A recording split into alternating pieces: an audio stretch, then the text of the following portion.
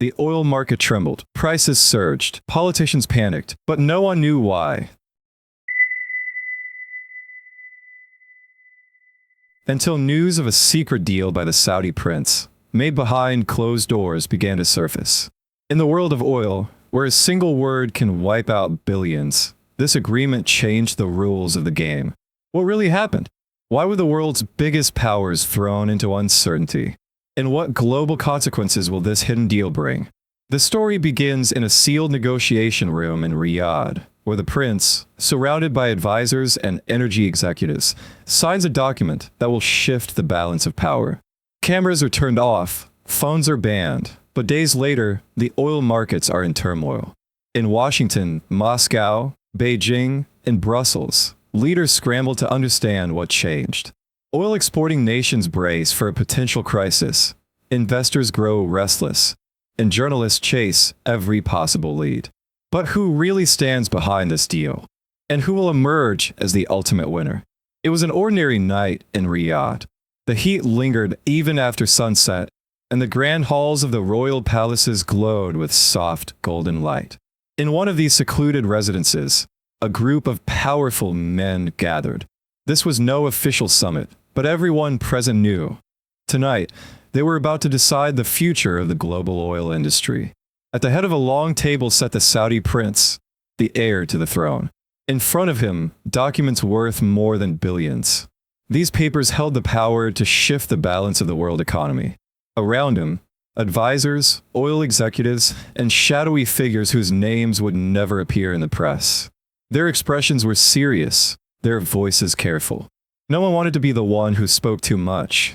The oil world was changing. For decades, Saudi Arabia played by OPEC's rules, controlling production, stabilizing markets, and distributing influence among oil-rich nations. But now, the prince was about to make a move that would break the status quo. For days leading up to this night, whispers had spread among energy circles. Something was happening. No official statements had been made, yet oil prices had begun to shift. Major traders on Wall Street adjusted their positions as if sensing an oncoming storm. In Moscow, Rosneft analysts received troubling reports. The Saudis were engaged in secret negotiations, and the consequences could be unpredictable. In Washington, White House advisors scrambled to determine whether this was a new energy alliance or a strategic market manipulation. Meanwhile, in Beijing, the Chinese government remained silent. But it was clear that they already knew change was coming. When the prince spoke, the room fell silent. His voice was calm, but firm. For too long, we have played by rules that do not benefit us. It is time to change them. His proposal was shocking. Saudi Arabia was preparing to sign an agreement that would disrupt traditional market regulations. No more compromises. No more restrictions. For the first time in decades, the kingdom would play by its own rules. But the biggest surprise? The prince was about to strike a deal with an unexpected new partner. A name appeared on the screen, a global energy giant with deep connections across both the West and the East. A company that controlled not only oil, but also emerging technologies in renewable energy, infrastructure, and global trade. This was the moment that changed everything. The men around the table exchanged glances. If this deal went through, it would reshape the entire industry. Within hours, the world began to feel the shockwaves. Oil prices started to climb before any official statements were made.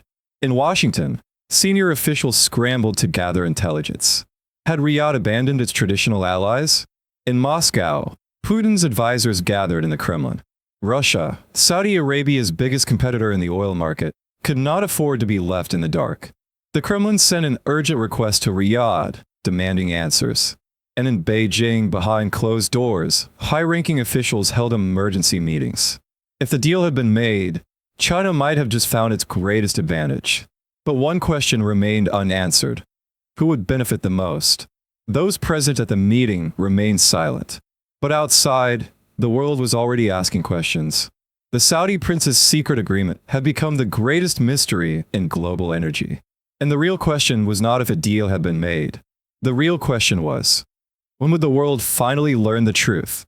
The financial world was in turmoil. Within hours of the secret meeting in Riyadh, oil prices had begun to shift unpredictably. Traders on Wall Street, investors in London, and economic analysts in Beijing were all scrambling for information. Something was happening behind closed doors, and the market was reacting before anyone even knew the details. The White House received an urgent intelligence briefing, outlining the possibility that Saudi Arabia had entered into a secret agreement that could destabilize global energy markets. The report was incomplete. Key details were missing, but one fact was clear. The usual rules no longer applied. Meanwhile, in Moscow, senior Kremlin officials were equally concerned. Russia, as a leading oil producer, relied heavily on market stability. If Saudi Arabia had made a deal that bypassed OPEC regulations or disrupted existing trade agreements, the consequences could be catastrophic.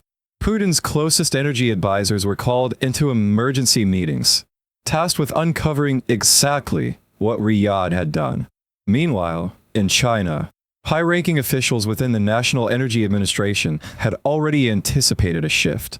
Unlike the West, China had spent years preparing for a moment like this, diversifying its energy sources, securing long-term supply agreements, and reducing its vulnerability to Western market manipulation. The real question was whether Beijing was involved in the deal or merely an observer waiting to take advantage.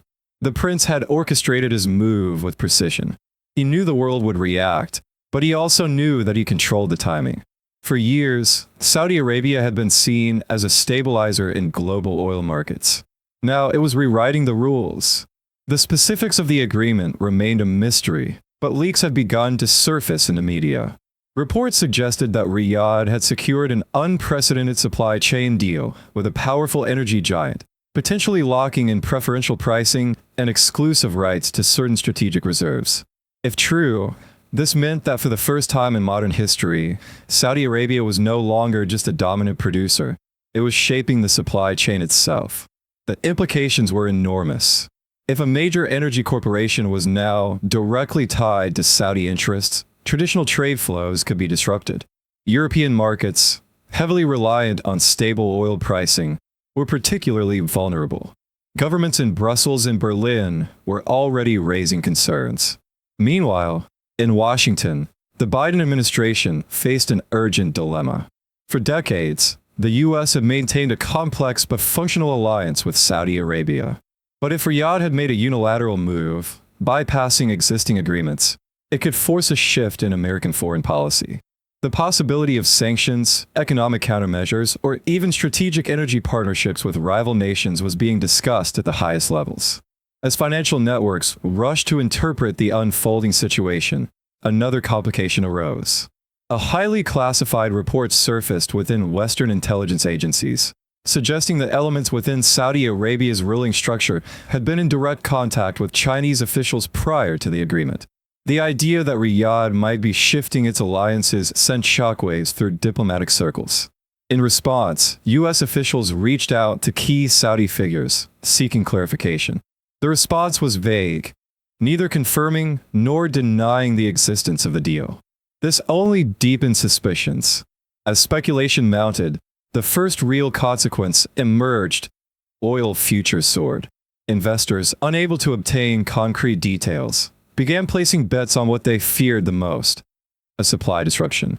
Prices surged, and with them, economic uncertainty spread across global markets.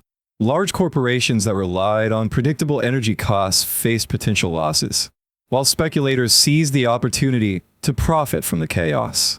Saudi Arabia, however, remained silent. No official statements were made. The prince had anticipated this reaction, and he was in no rush to reveal his strategy. Meanwhile, in Russia, energy ministers debated their next move. If Saudi Arabia had indeed brokered an exclusive deal, it could weaken OPEC's influence. For decades, the organization had relied on unity among its members. A break in that unity could give external players, particularly the United States, an opportunity to exert greater control over global energy markets. The Kremlin faced a difficult choice: confront Saudi Arabia diplomatically or seek alternative alliances to counter its influence. For now, Moscow chose to wait. They were monitoring the situation closely, looking for leverage. China, on the other hand, appeared to be playing a more calculated game. While Western powers panicked, Beijing remained outwardly neutral. But behind the scenes, Chinese financial institutions were making quiet moves, securing additional energy contracts, increasing reserves, and expanding infrastructure projects related to oil transportation. It was a clear signal. China was preparing for a long-term shift in the balance of power. In the coming days, more details about the deal would begin to emerge. But for now, uncertainty was the dominant force. And in the world of high-stakes energy politics, uncertainty meant opportunity for those who knew how to exploit it. The prince had taken his gamble. The question was, who would make the next move? The pressure was reaching its peak. Global oil markets were in turmoil, and world leaders were demanding answers. Yet, the Saudi prince remained silent. His calculated move had set off a chain reaction, and now, every major economic and political power was scrambling to reposition itself. The White House intensified back-channel negotiations with Riyadh, seeking urgent clarification. In Moscow, Kremlin strategists debated whether this was a direct threat to Russia's influence over global energy markets. And in Beijing, financial analysts monitored every fluctuation in oil prices, preparing for the next strategic shift. But the biggest shock was yet to come. Then, without warning, the first official details of the deal were leaked. A high-ranking source within an international oil consortium provided documents to a major news outlet, revealing the true nature of the agreement. The Saudi prince had secured an exclusive supply chain deal with an energy giant that spanned multiple continents, integrating oil production with transportation, refining, and even emerging green energy technologies. It was a masterstroke of economic and geopolitical strategy. This wasn't just about selling oil. It was about controlling the infrastructure that determined how and where oil would be moved, refined, and distributed. The documents suggested that a single corporate entity, backed by Saudi interests, would now hold a dominant stake in key energy logistics hubs across Asia, Europe, and the Middle East. This meant that even countries that weren't directly purchasing Saudi oil could still be indirectly dependent on Saudi-controlled infrastructure. The implications were staggering. Washington responded immediately. The U.S. government publicly demanded an explanation from Riyadh, warning that such a move could have serious consequences for diplomatic relations. But behind closed doors, American officials were weighing more drastic responses. Would sanctions be necessary? Could alternative energy partnerships be established fast enough to counter Saudi influence? Meanwhile, Wall Street reacted with predictable chaos. Markets surged, then crashed, then surged again. Hedge funds and major investment banks were making frantic trades, some betting that Saudi Arabia's new position would lead to a long-term oil price spike, while others gambled on an imminent retaliation from Western powers that could force a market correction. In Moscow, the Kremlin saw the deal as an existential threat to its own energy dominance. For decades, Russia had relied on pipeline diplomacy, using its vast oil and gas reserves as a tool of geopolitical influence. But if Saudi Arabia's new deal shifted global energy flows, it could weaken Russia's position in key European and Asian markets. Putin convened an emergency energy council, bringing together top officials and oligarchs with major stakes in the Russian oil industry. Should Russia challenge Saudi Arabia directly? Should it seek a new alliance, perhaps with China, to counter Riyadh's growing dominance? These questions had no immediate answers, but one thing was clear. The balance of power was shifting, and if Russia didn't act quickly, it could lose control of the game. Meanwhile, China's reaction was more subtle, but equally decisive. Unlike the West, Beijing had anticipated such a shift and had been working quietly behind the scenes to ensure that it would not be caught off guard. Chinese state-owned enterprises immediately began expanding their existing energy agreements, securing additional supplies from alternative sources, while also deepening ties with Saudi energy firms. If the rest of the world saw this deal as a threat, China saw an opportunity. If Saudi Arabia was reconfiguring energy logistics, Beijing intended to be at the center of that transformation. The timing was perfect. While the West scrambled to understand the consequences, China was already positioning itself as the biggest potential beneficiary. Back in Saudi Arabia, the prince remained unshaken. He had anticipated the global backlash. But he also knew that once the deal was made public, it would be too big to undo. Nations could protest, markets could fluctuate, but the reality was that oil-dependent economies had no immediate alternative. Even if Western governments tried to counter Saudi Arabia's move, it would take years to build the necessary infrastructure to bypass Riyadh's influence. That was the genius of the deal. It wasn't just about securing profits. It was about securing leverage. Then came the next surprise. A major European government announced that it was considering re-evaluating its energy relationship with Saudi Arabia. Some policymakers in Brussels and Berlin were calling for a shift toward a new energy strategy, one that would reduce dependence on both Saudi and Russian oil. But was it realistic? Or was it just political posturing? Energy experts quickly pointed out that even with aggressive investments in renewables and alternative energy sources, it would take decades for Europe to fully free itself from oil dependence. The truth was, no matter how much the West wanted to resist, Saudi Arabia had already won this round. The Prince's secret deal had completely reshaped the global energy order. The next question wasn't whether the world would accept it. The next question was, who would be bold enough to challenge it? The world had no choice but to adapt. The Saudi Prince's secret deal was no longer just a financial maneuver. It had become the new reality. In the days and weeks following the revelations, world governments scrambled to reassess their positions. The United States, despite its public outrage, was forced to acknowledge the sheer scale of the agreement. Officials in Washington privately admitted that countermeasures, whether economic or diplomatic, would take years to implement. The infrastructure was already shifting, and the oil market had already adjusted to the new power structure. The Biden administration faced an impossible decision. Should the U.S. attempt to directly challenge Saudi Arabia's newfound dominance, or should it negotiate a new understanding? The answer, though unspoken, was clear. America had lost this round. In Moscow, the Kremlin had also come to terms with a new reality. Russia, long used to wielding energy as a geopolitical weapon, was now forced into damage control.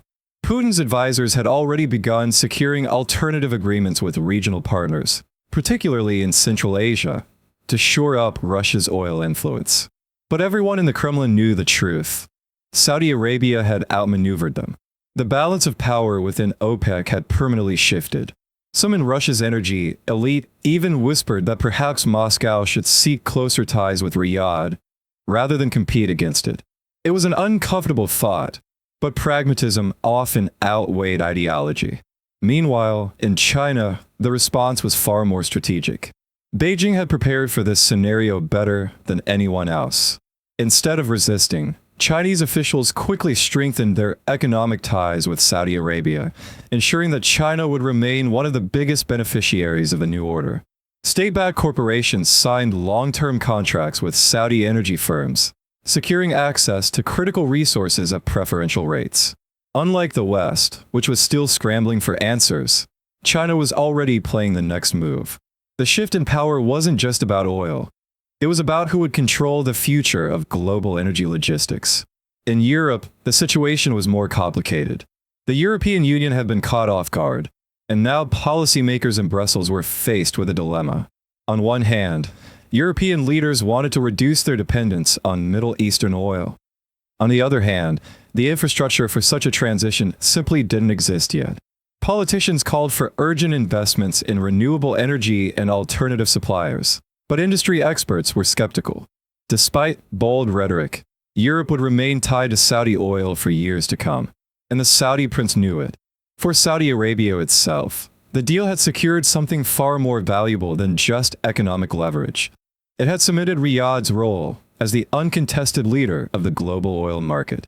For decades, Saudi influence had been tied to OPEC agreements and American partnerships. Now those constraints were gone.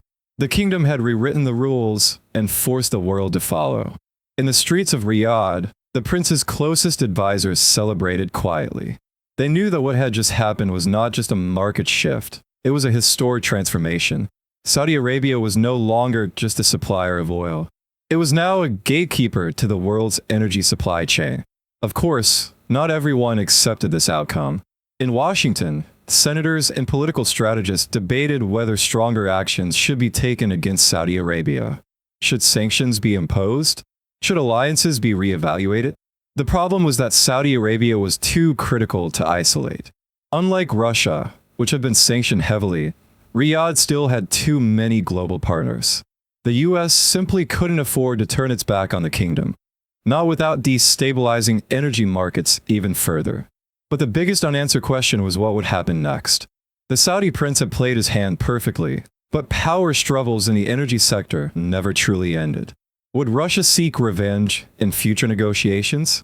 Would the US try to counter Saudi influence through military partnerships or covert economic tactics? And how much further would China embed itself into the Saudi energy network, ensuring that it would be the one making the next big move? The world had changed. Oil was no longer just about supply and demand. It was about who controlled the infrastructure, who dictated trade routes, and who set the geopolitical rules. The Saudi prince had won this battle. But the war for energy dominance? That had only just begun. The White House was in crisis mode. The president had been briefed multiple times, and each meeting brought worse news. The Saudi deal was too big to undo, and now the administration had to decide whether to confront Riyadh directly or adapt to the new reality. Behind closed doors, senior officials argued. Some wanted economic retaliation, sanctions, trade restrictions, and diplomatic pressure. Others warned that Saudi Arabia was too essential. Any aggressive action could destabilize the energy market further and drive prices even higher. President Joe Biden, sitting in the Oval Office, was visibly frustrated. His national security advisors had suggested exploring new energy partnerships, but that solution would take years. Meanwhile, the Republican opposition was already blaming his administration for losing control of global energy policy. A senior energy analyst put it bluntly, "We can't fight this deal without causing damage to our own economy. The Saudis outplayed us." The president sighed. The official public response would be measured, calls for market stability, open dialogue, and strategic cooperation. But behind the scenes, Washington had no choice but to rethink its entire energy strategy. In Moscow, the atmosphere was equally tense. Vladimir Putin wasn't known for showing emotion, but his energy advisors could sense his dissatisfaction. Russia had always relied on its vast oil reserves to maintain geopolitical influence. Now Saudi Arabia had tilted the balance of power. "They went behind our backs," one of his ministers said. "We underestimated their willingness to break from OPEC's traditional structure." The Kremlin's initial instinct was to retaliate, but the options were limited. If Russia tried to pressure Saudi Arabia by cutting production and forcing a price surge, it could backfire.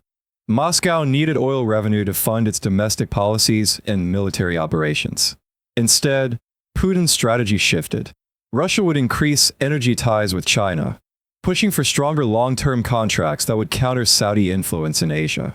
At the same time, Russian diplomats were quietly reaching out to Iran and Venezuela, exploring the possibility of a new energy bloc that could act as a counterweight to Saudi Arabia's growing dominance. In Beijing, the reaction was starkly different. President Xi Jinping had anticipated this shift long before it happened. Unlike Washington and Moscow, which were scrambling for answers, China had already positioned itself to benefit. Within hours of the Saudi deal becoming public, Chinese state-owned oil companies had signed expanded agreements with Riyadh, ensuring long-term access to discounted crude and priority shipping routes. At the same time, Chinese trade officials accelerated infrastructure investments in Middle Eastern ports and refineries. The message was clear. China wasn't resisting Saudi Arabia's new role. It was embracing it. Xi Jinping reportedly told his senior advisors, "This is an opportunity, not a crisis." While the US and Russia debated their responses, China was already locking in key advantages. In high-level meetings, Chinese military officials also noted the strategic implications. If Saudi Arabia was becoming the world's new oil gatekeeper, then Beijing would ensure it remained on Riyadh's good side. In Europe, reactions were mixed. The European Union had been caught off guard, and energy ministers across the continent scrambled to secure alternative supply agreements. Germany, which had been gradually moving away from fossil fuels, suddenly found itself in a precarious position. French President Emmanuel Macron pushed for a more aggressive energy transition, accelerating investment in renewables and nuclear power. Meanwhile, the United Kingdom, still navigating its post-Brexit foreign policy, sought closer ties with the US in energy security. But no matter how many press conferences European leaders held, the underlying reality was clear. Europe was still dependent on oil, and Saudi Arabia had just secured its dominance in ways no one had expected. Final thoughts. The Saudi prince's secret deal had reshaped the world. Washington, Moscow, and Beijing had all responded in different ways, but one fact remained. Riyadh had won this round. The question now wasn't whether other nations would challenge Saudi Arabia's new power. It was whether they even had the ability to do so. And perhaps most importantly, the world's biggest oil consumers were asking, what will Saudi Arabia do next?